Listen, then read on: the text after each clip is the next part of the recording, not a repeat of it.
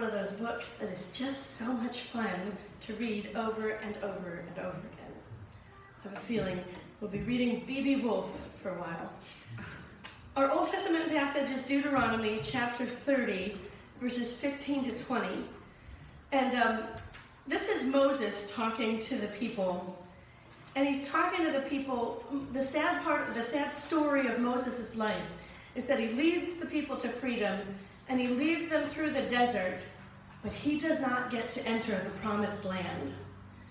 So he is giving his farewell speech here to the people before they enter the promised land and before they start following a new ruler, Joshua. And keep in mind that this is a man who, when God called him, said, "No, I stutter. Call Aaron, my brother. He's the one that can talk better than me." Verses 15 to 20. "See, I have set before you today life and prosperity, death and adversity. If you obey the commandments of the Lord your God that I am commanding you today, by loving the Lord your God, walking in his ways and observing his commandments, decrees, and ordinances, then you shall live and become numerous, and the Lord will bless you in the land that you are entering to possess.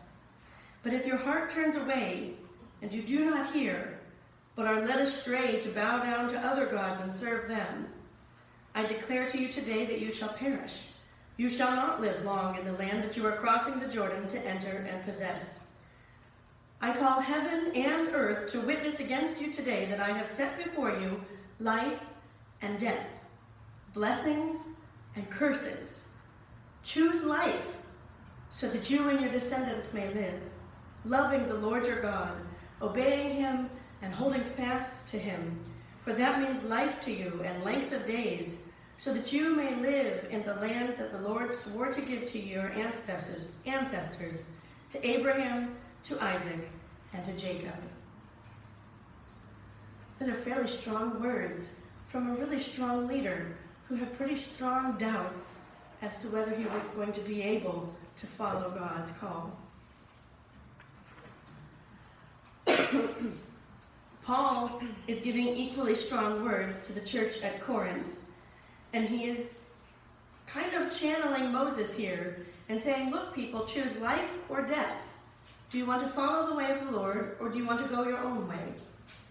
He's speaking on divisions in the Corinthian church. And to set the stage, I think the Bible speaks to a context, but it also speaks to our context. So I think both Deuteronomy and 1 Corinthians 3 are rather poignant when you think about a church who is actively in transition, who has passed from one leadership to another, and who, in a very short while, will pass to another leader.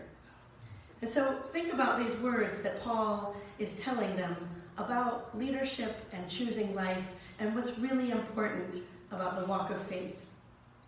And so, brothers and sisters, I could not speak to you as spiritual people, but rather as people of the flesh, as infants in Christ. I fed you with milk, not solid food, for you were not ready for solid food. Even now you are still not ready, for you are still of the flesh. For as long as there is jealousy and quarreling among you, are you not of the flesh and behaving according to human inclinations? For when one says, I belong to Paul, and another, I belong to Apollos, are you not merely human? What then is Apollos? What is Paul? Servants through whom you came to believe, as the Lord assigned to each. I planted, Apollos watered, but God gave the growth. So neither the one who plants nor the one who waters is anything, but only God who gives the growth. The one who plants and the one who waters have a common purpose, and each will receive wages according to the labor of each. For we are God's servants, working together. You are God's field, God's building.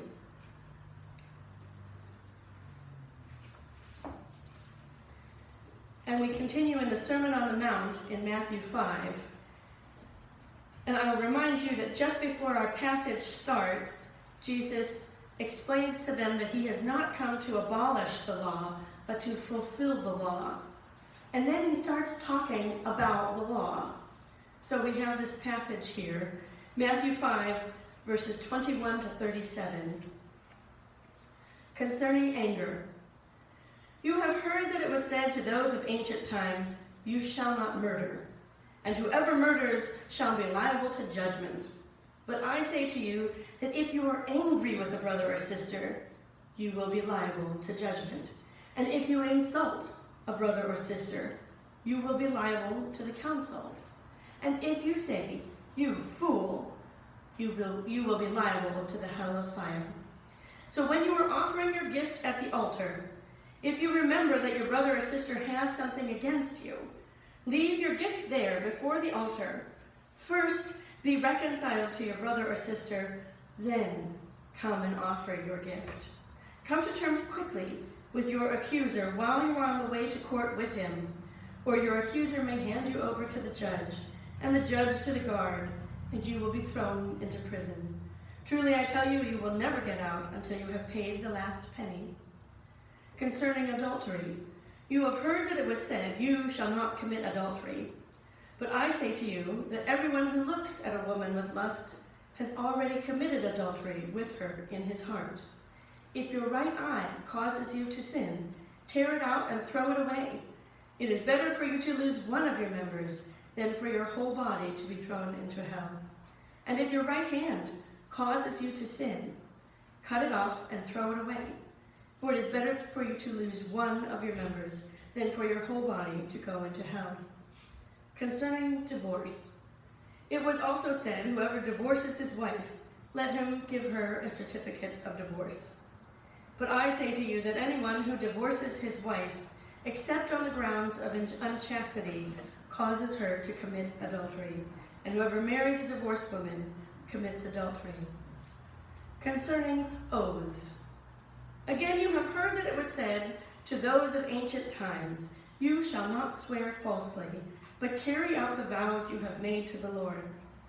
But I say to you, do not swear at all, either by heaven, for it is the throne of God, or by earth, for it is his footstool, or by Jerusalem, for it is the city of the great King. And do not swear by your head, for you cannot make one hair white or black. Let your words be yes, yes, or no, no. Anything more than this comes from the evil one. This is the word of the Lord. Thanks be to God. These are strong words of Jesus, and they're kind of hard to wrestle with and figure out, what does he mean in all of these? He has a refrain in each one. You have heard it said in ancient times, but I say to you. Next week we'll hear one of the most famous ones. You have heard it said, an eye for an eye, but I say to you, love your enemies. He's taking the law, and then he's making it stronger. He's saying to you, what's really at the root of this law? Because Jesus understands humanity more than we would like Jesus to understand humanity. He understands that when you put laws before people, they will look for loopholes. They will look for exceptions. You see it with kids all the time when you lay a boundary and you say, you are grounded from all of these things. And then they say, but what if this? Or, am I still allowed to do this? They want to see where exactly are the lines of this law. Jesus knows that is how we deal with laws as humans. We look at a law and we say, where's the wiggle room? Where can I kind of squeak through? Because when we hear laws, we like to think in our heads, okay, haven't committed murder, haven't committed adultery, I haven't broken any promises, I haven't been divorced, I'm okay. Jesus takes it one step further.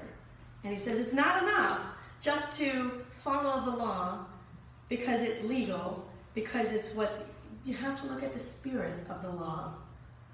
Because for God, relationship is at the core of God's message and desire for us. And it is possible to live by the law, but not have any love in your life for God or neighbor. And God is most concerned with how we love God and how we love neighbor. And so he is exposing the spirit of the law. In Matthew, he's talking about justice in relationships. Especially divorce and adultery, he is talking about what is just. How do you care for people? In Corinthians, Paul is talking about trust in community. How do you trust the people in your community? We so easily divide into factions. I follow this person, I follow this person. When we all have the same goals of being a church of faith. It doesn't matter if one person was brought to faith through one leader and one person was brought to faith through the other leader. It's still God that created that faith in the first place and is guiding their steps. Reconciliation is the ultimate goal of justice. Reconciliation, peace between one another, is the goal of the law. So Jesus is saying, look, forget about where the boundaries of the law are. Look at your end goal. Are you meeting your end goal? The four major issues in Matthew are murder, adultery, divorce, and oaths in this passage. Jesus expands each one to say it's not enough just to not murder somebody. You also can't be angry. I think each one of us may have failed that test at some point in our lives. I don't know that any of us here could say that we have not harbored anger in our hearts. What he's saying is that anger, if we harbor it in our hearts, eventually dehumanizes the other person. We tell a script in our head about how wrong they are. And eventually, we tell that story so well in our head that the other person is probably closer to troll than human. We're not being honest with what that other person desires. We assign motives to them that are not true. It's not about being angry and not ever being angry. It's about what you do with your anger. Do you allow that anger to become resentment or contempt for the other? Or do you allow that anger to move you to say, I want a different relationship with this person. And I don't know how to get it, but I'm not going to get it by just sitting here stewing. Adultery and lustfulness is saying you cannot objectify a person. This is saying women are people, which in fact, at the time that Jesus lived, was pretty revolutionary. It is saying that even when you lust after a person, you have already committed adultery in your heart because you have dehumanized the other person and treated them like an object instead of a person that you have a relationship with. The same with divorce. It's talking about justice towards individuals. The women had no rights. They were not allowed to file for divorce, only the men in this society. And so do you hear the law says that the men, if you're going to divorce your wife, you have to give them a certificate of divorce. You have to stand by them and say that you are going to treat them justly, that you are going to make sure that they are taken care of. Because that was a very unjust situation for women. They would not have been treated fairly. They would have been very easily accused of adultery or misused in the society. So this is talking about justice. Nobody rejoices over the breaking of relationships. But there are times when the healthiest thing both individuals can do is to say we are not being healthy towards one another. And so in this passage, I would hear Jesus saying, if you are going to break a relationship, recognize that it will be painful, but also commit yourself to treating the other person with justice. And oaths. You sort of hear Jesus saying, words, words, words. It's all words. I don't care about what you promise me. Show me. Just like the big bad wolf in our story. He had such a hard time saying the words. But then as soon as he said it and the little pigs forgave him, he realized that it wasn't enough for him. That saying the